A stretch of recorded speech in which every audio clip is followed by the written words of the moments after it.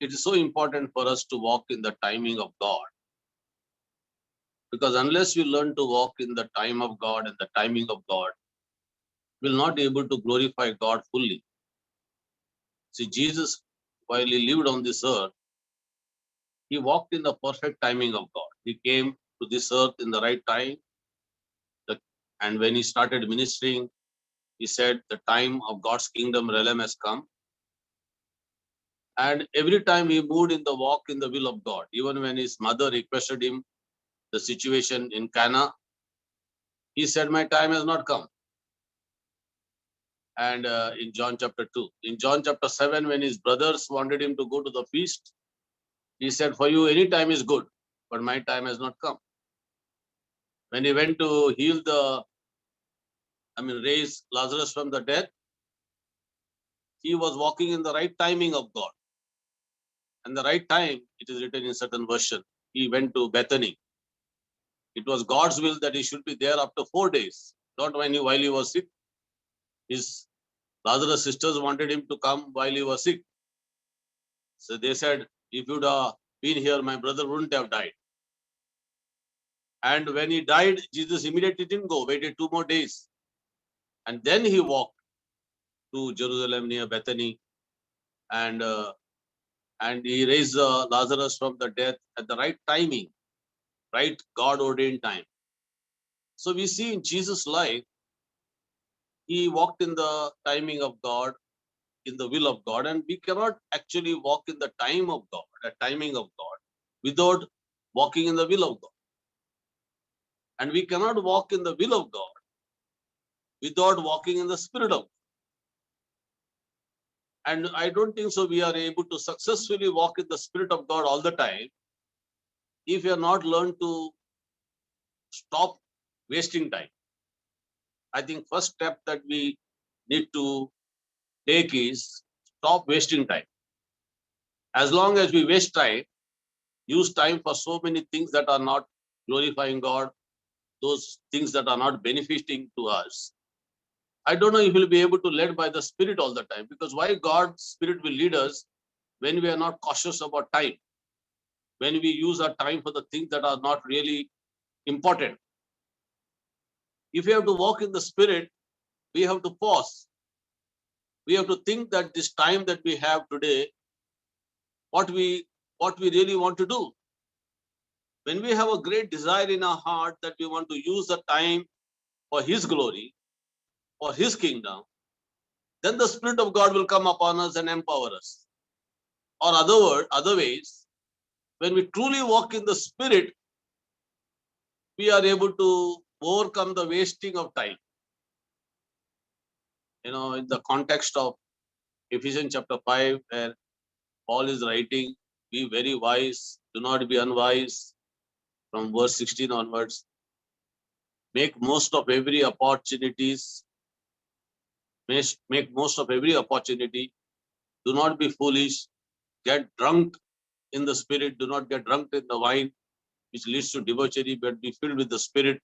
That filled with the Spirit is get intoxicated with the new wine of the Spirit. Get filled with the Spirit. That word there is not just getting filled with the Spirit and speaking in tongues. It happened when we received the Holy Spirit. But that word there, get filled with the Spirit, is constantly, consistently walk in the Spirit or get intoxicated in the new wine of the Holy Spirit. And so when you get intoxicated in the new wine of the Holy Spirit, you will not waste time because you got drunk. When you get drunk, you are led in that Spirit. The drunkards, they are not wasting time for any, in a sense, to do anything sensible things. They do all the things when they're drunk, all unsensible things. In that sense, they're not wasting time in doing anything good. All what they do is drunkard things. They fall down, they cry, they say wrong words. All the time is wasted when they get drunk, either alcohol or any other addictions. So when we are drunk in the Spirit, our time is not wasted doing anything wrong. The whole time is spent to doing anything right. So it's so important for us to get seasoned in the spirit or get intoxicated in the spirit. And I don't know if we are able to truly get intoxicated with the spirit, get drunk in the spirit, or get addicted to the spirit or addicted to the presence of God, unless we learn to spend habitually in the presence of God. And the habitual living in the presence of God doesn't come unless we make a habit. Just like we have a habit of eating regularly. And some people have a habit of so many other things, they do. They have a certain habit. They have a habit of taking a nap in the afternoon. It's good for some people, it is good. Some people have a habit of rising up early in the morning, a very good habit. Some people have a habit of sleeping early in the night. That's a great habit. So that you can rise up early. So there are good habits and there are bad habits. But unless we cultivate a habit of practicing the presence of God, we will not really get intoxicated with the new wine of the Spirit. But why God will anoint a person who wants to waste time, who doesn't want to use the time for God's kingdom, God's glory, God's gospel? So I believe, it's my personal conviction, we must stop wasting time, number one. We must learn to walk in the Spirit, promptings of the Spirit, impulses of the Spirit, direction of the Spirit. And as we get matured in walking in the Spirit, we are able to understand the timing of God. So we have to come to a senses to know God's timing. God's timing for the nations, God's timing for the people, God's timing for the cities. See, Jesus, when he went to Jerusalem, he wept bitterly. When he saw the sight of Jerusalem, when he caught attention of Jerusalem. See, when I went to Jerusalem, it was a very beautiful city. 2 times I had gone there. When you see itself, the city, you are excited in one sense, because such a beautiful city. And when Jesus saw Jerusalem, he was caught up in such weeping. He cried bitterly. Certain versions it is written, he cried for Jerusalem. Jerusalem, Jerusalem. How far, how much I long for you, like a hen gathering the chicks. Then he said, if you are only known the time of your visitation, if you are only known your timing, the peace is within your reach, the salvation is within your reach. If you have only known the Savior is visiting you, and that in the same paragraph it is written, passage, because you missed the time of visitation, time of devastation has come to you. See, when we miss the time of visitation of God, we are in the danger of time of devastation. And we know that Jerusalem missed the timing of God because for almost 400 years before that, Israel had gone into such carelessness and such, coldness. There was no any voice of God for 400 years after Malachi. The Israelites had come to the place of so much hardening of their hearts that Jesus came in the right time when Israel is about to perish. Jesus came there at the right time. So when Jesus came, the Jerusalem was in its darkest moment. And Jesus taught, Jesus prayed, did everything. And now he wept over them. Now we know last 2000 years what they went through. Of course, from last many years, from 1940, I think 6 or 45, whatever, and that God started restoring Jerusalem, restoring Israel. But for almost 2000 years, Jerusalem has gone in devastation. Now the restoration is coming and the gospel is getting spread and things are happening and they started calling on Messiah. So there is possibility to miss God's timing if we carelessly walk. And that is so important for every child of God to be careful. And there the word says in Ephesians chapter 5, be very careful how you live, not like unwise, be wise. I think even in the passage of foolish virgin and wise virgin. It is again timing. They missed the timing. They didn't carry the extra oil in the land. They were not false, they were foolish. They were not wise enough to have an extra oil. I believe every day we must strive to get some extra oil for tomorrow. Because we don't know what is going to be tomorrow. You know, that day I was talking to a trainer who was training people in doing exercise. So whenever I go for walk and exercise, I try to build some friendship with these people, looking for some opportunity to share the gospel. But I was just trying to ask some trainer these questions about running, about exercise, how good it is, how many times you have to do. He said it's good to do every day. Then he said, the whichever day you cannot do, like tomorrow you cannot do exercise, today you do extra for tomorrow. Do some extra exercise, compensating tomorrow.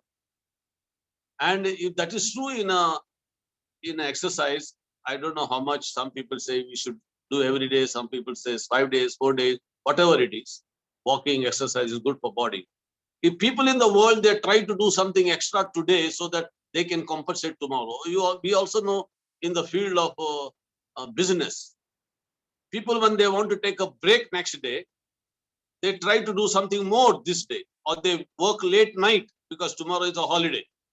Especially those who are working very hard to bring their business up or their company up, they work hard so that tomorrow they can compensate. Or if they already taken a leave one day, next day try to compensate and do extra. I think we should be more wiser than that. We should do something extra every day so that we have extra oil, we have extra word, we have spent extra time with God, so that whenever we are not in the position to have a good time with the Lord, we are able to compensate. I'm not saying that we should carry today's anointing for tomorrow. Some people say yesterday's fire is today's ashes. So don't depend upon yesterday's anointing or yesterday's fire. Be every day on fire. But what I'm saying is we have to be wise in making most of every opportunity, not wasting time, reading in the time. Then, I have written a lot of notes, but I don't want to bore you up with a lot of notes. But it is God's will for us to not to waste time. Peter says in 1 chapter 17, since you call on him as your heavenly Father, the impartial judge who judges according to each man's work, live each day with holy awe and reverence. Throughout your time on earth, each day, live with holy awe and reverence. The day that we are not walking in the fear of God and the timing of God, we are wasting time and something can go wrong, especially when we have invitations to go somewhere, to do something. It can be marriages, it can be birthdays, it can be anniversaries, it can be funerals, it can be get-togethers. I think each and every appointment, each and every going out and coming in, we should see if God is in it. And if we are so much walking in the fear of God, and we happen to give a commitment to be there without asking God's will, we must really walk in reverence. God, be with me. Come with me. Without you, I don't want to go anywhere, because I don't want to waste those 4 hours or 5 hours, just in some kind of place that I have. When I come back, I am totally drained and my spirit has become so weak or so cold. So because if we do something that is not in the will of God, we may lose that particular time or particular day, because that much time is wasted. That time could have been used for God's glory. Even in a sleep sometime, I think we should jump out of our bed when the Holy Spirit wakes us. Because we sleep extra, that 1-2 hours extra, not only we can get lazy, become lazy, and some wrong dreams can come. Because God knows what timing that we should rise up, what timing we should sleep. And even in eating, I think so we should be a little more disciplined. Because anything overeating or eating something that is not healthy can waste our time, because we can become so lazy and we can become so tired sometimes to eating something that is not really good for us. When you are on fast, when you try to bridle your appetite, you are really on fire for God. And a lot of time get wasted, sometime eating and cooking. And we are sometimes trying to please everybody in cooking very delicious food and like to invite, Joyce Mayer, I once told, she was so quick in inviting people home. Afterwards, she repented why I was so generous in calling people. My whole time got wasted. You know, sometimes we are so hospitality oriented. We tend to invite everybody at home, and then when because they have to come home cleaning and cooking and doing everything we can to satisfy them, and all of fire is gone. Then wrong fire can start in the kitchen, because now people are coming, we are under pressure. Then there are some people who started making noise in the kitchen because the anointing has gone now. Wrong anointing is coming, you know, and the noises would see why sometimes doors makes noises when there is no oil. So also when the oil of the Holy Spirit becomes less, wrong noises can come. So we have to be careful that whatever appointments that we make, whatever we try to do, sometime in a good heart, but we should know is it the will of God, because then we can save time. And if we save time, we will not regret in our old age. Like David, we can rest and we can know that David said, he said about him that he did the will of God in his generation. He pleased God in spite of few mistakes here and there, wasting time, oversleeping in the afternoon, sending Joab and others for the war, going on the terrace or top of the house to see around. All that we know is of Bathsheba. Why, why he fell into that sin? Because of his laziness, because of his prayerlessness. He's supposed to be in the war. That's the time for kings to go to war. He sent all others to war and he was resting at home. I remember, just for example's sake, I'm sharing with you, not for boasting sake. Please forgive me, don't misunderstand. I remember that when I used to take always two churches on Sundays, Sunday morning, Sunday evening, Sunday morning, Sunday evening, sometimes Sunday morning, Sunday afternoon, Sunday evening. For almost 20 years, I took 2 or 3 congregations from Borivali till Kurla, whatever little congregations we used to have and have. I used to try to take 2 or 3. But time came for me that we started delegating all the evening congregations to others, almost 7, 8 leaders. So now I stopped going for the evening service. So now the big temptation is have good morning service and have a good lunch in the afternoon and have a good sleep, and have some family outing or family day. But I used to feel so uncomfortable and so convicted that all of our leaders are having Sunday evening service, praying, fasting, and preaching. And here I am eating and sleeping. I used to get so convicted. And what I should do is, when it comes around 5 o'clock, I used to walk out of the house. I should sit in some garden till all the services get over. If I walk around 5 o'clock, 6 o'clock, till I am convinced, I really feel peace in my heart that I have prayed enough for all these leaders and all these evening churches. I should not come back home, no matter what my family tells me, no matter what is the situation. I said, when our leaders are taking churches in the evening, if I'm not able to go, I don't want to sit and eat and sleep and go here and there, enjoying when our leaders are struggling and working there. For many years, it convinced my heart to do that. And I believe it's not, as I said, you know, I don't want to boast about it, but I want to share as a testimony that when others are working hard in the kingdom of God, it's not for us to waste our time. David did that mistake.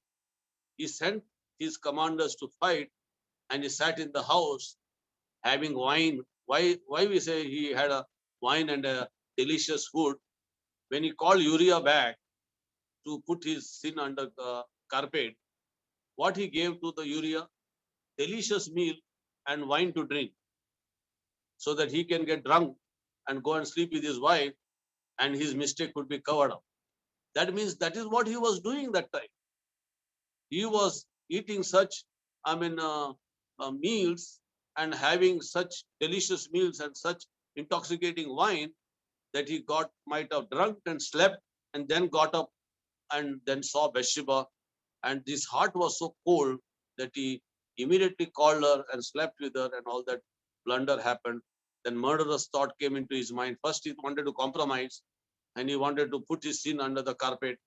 And then when that didn't work, Uriah was more righteous than David at that time. That he said, how can I go and sleep with my wife? How can I go and eat and drink when the servant of God there fighting Job and others, and the Ark of the Covenant is in the field? How can I do that? I will not do that. When he was not ready to go home to sleep with his wife and to get drunk, David came up with the thought of murder. You imagine, as such a great servant of God who walked with the Lord, walked in the Spirit, his success went to his head and he became a murderer. And if we don't walk in the Spirit and be careful how to live, and if the success get into our head, a position, a finance, a name, or whatever it can be. Sometime that day I was talking to somebody, when money comes in your hand, what you do? If you have a weakness of certain weakness, and you are asking for so many crores, of one businessman I was talking, his vision is to have crores. I said, when crores comes in your hand, and if you are not learning to walk in the fear of God, what you will do with the crores? If you have certain weaknesses of the flesh, you will use that money to do those evil things, maybe drunkenness, maybe lust, or anything. It's such a danger to be rich when we don't know how to handle the riches. Same way with the position, name, fame, or anything else. Why people are, gone into that kind of danger, because they didn't fear God. And today, God wants to pour his fear not only upon his people, but upon the whole world. He said, do not give up in the time of trouble. Romans chapter 12, verse 11 and 12 is very profoundly put in this translation. Be enthusiastic to serve the Lord. Keep your passion toward him boiling hot. Radiate with the glow of the Holy Spirit, and let him fill you with excitement to serve him. Let this hope burst forth within you, releasing a continual joy. Don't give up in a time of trouble, but commune with God at all times. See, the power of communing with God all times has a great benefit of not to give up in the time of trouble. When we learn to not to waste time, when we learn to commune with God all the time, we will not give up in the time of trouble. And there are so many people under the time of trouble, distress, discouragement, and they go down and they give up unless some people come around them, pray for them, intercede for them, and then they can get up of their coldness. And of course, it is not the case in our case, because we are all walking in the Spirit. We are all prioritizing the presence of God. That's the reason we are able to serve God. That's the reason we are available now to come together and to pray together. I'm not talking about us, but we have to be concerned about the believers, those who have not learned to commune with God all the time, and the time of trouble, they were not able to stand. In Message translation puts in a beautifully, don't burn out. Keep yourself fueled and aflame. Be alert servants of the master, cheerfully expectant. Don't quit in don't quit in hard times, but pray all the harder. You know, whenever hard time comes, either we can fly high above the storms or go under the storms. There are, in our last time we were learning the transformation series. 2 times we took a topic on transformation and we couldn't complete it. It takes 5 sessions to complete little bit of that area of transformation. And one of the things that we were learning is that either we can fly above our storms, or we can get swayed away in our storms and can get discouraged in our storm. There are sometimes storms of life hit people. They can go through a lot of turmoil. Instead of rising high above the storms and learn to rejoice in the trouble, they can get grieved in the trouble and they can sidetrack.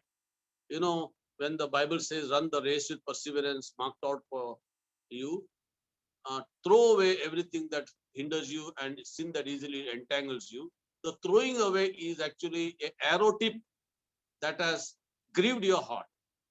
In a walk, in a marathon, we are sometimes grieved or hurted by our circumstances through our storms. And now the word of God is telling us, run the race, perseverance marked out for us, or endurance marked out for us.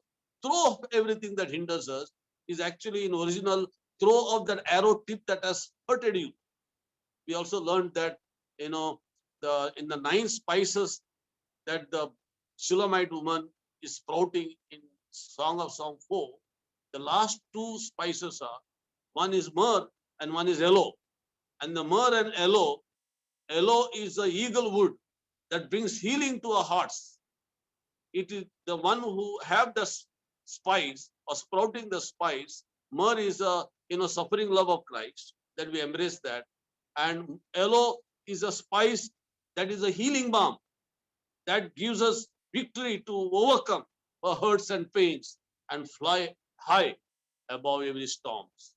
God has made beautiful, everything beautiful in His time. He says in Ecclesiastes 3:11 that He has made beautiful in His time. I think let us just come to a very important points, 1 or 2 points. That example of Joseph in his life, until the time came that the word of prophecy fulfilled. There was a timing God orchestrated in Joseph's life to fulfill the vision that God had. Now we know that his pit experience, we know that palace Potiphar experience. Recently, somebody was sharing there are 4 coats he had. One coat what father gave, and that was torn by his brothers. Second coat he had of slave Potiphar gave.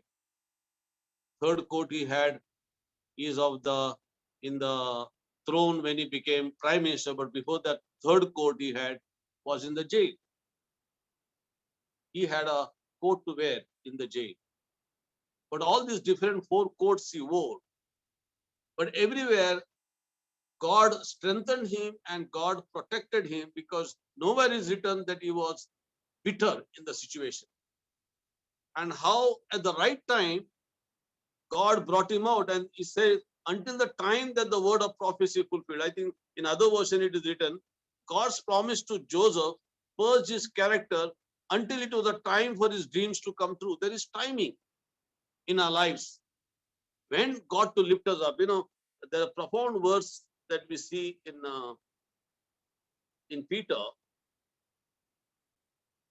1 Peter chapter 5, verse 6 to 9. If you bow low in God's awesome presence, if you submit yourself under God's mighty hand, He will eventually exalt you and leave.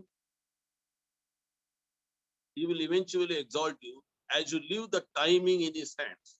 I think I should read in some other versions also, but let me just finish here. Pour out all your worries and stress upon Him and leave them there, for He always tenderly cares for you. Be well balanced and always alert, because your enemy, devil, roars around like a lion. Let me read in other version. Therefore, humble yourself, in Amplified I'm reading. 1 Peter chapter 5, verse 6 to 9. Therefore, humble yourself under the mighty hand of God. That means set aside self-righteous pride in the bracket, so that He may exalt you in the bracket to a place of honor in His service.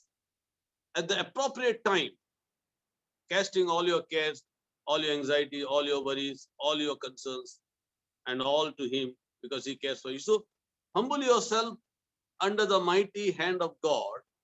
In the right time, God will raise us up. Be sober, well balanced, self-disciplined, be alert and cautious at all times. Again, in the same scripture, in 1 Peter chapter 5, verse 6 to 9 is written, be sober, in bracket, well balanced and self-disciplined in Amplified. Be alert and cautious at all times. Submit yourself under the mighty hand of God, so that in due time God will raise us up. The humility will bring us to the timing of God. The humility of our hearts will bring us to the proper timing of God in exaltation. In other words, a constant humility all times will bring us to the climax of exalting us at the right time. Can you hear it again? A constant humility at all times will bring us to the climax of God exalting us at the right time. It's a profound thought that the Holy Spirit is giving us. A constant humility at all times. Because there are times that we are proud, there are times we are arrogant, there are times that we speak things proudly, arrogantly. But if we able to walk in the humility of God's grace, because it says God resists the proud, give grace to the humble.